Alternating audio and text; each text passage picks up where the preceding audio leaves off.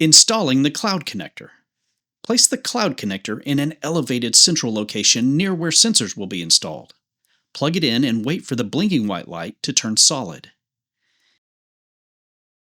Download and install the KitchenIQ app on a phone or tablet. Open the app and log in using the credentials provided by Ecolab. In the app, tap the menu icon in the bottom right and select Remote Monitoring. If you don't see Remote Monitoring, contact a manager to enable View and Edit REM permissions. Tap the plus icon, select Add Cloud Connector, name it, and tap Done. Scan the QR code on the back of the cloud connector to continue. Data may take up to 15 minutes to begin transmitting from the cloud connector. Templates define alert rules such as temperature limits and time thresholds. Common templates are included by default. From the equipment screen, tap the plus icon and select Add Equipment. Name the equipment and choose the appropriate template. Scan the QR code to claim the sensor. Name the sensor. Now the sensor is ready to be installed.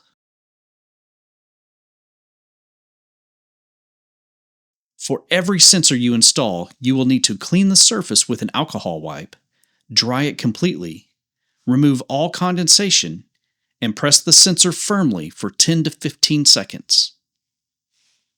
Now confirm the sensors are connecting and showing data in the app.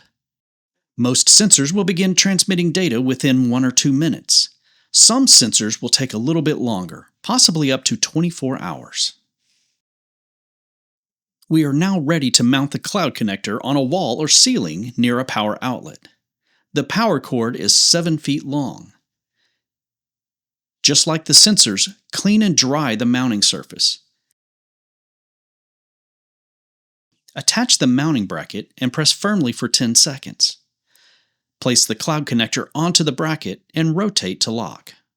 Reconnect power to the cloud connector and wait for the white light to turn solid. You can now verify connection and sensor status inside the app.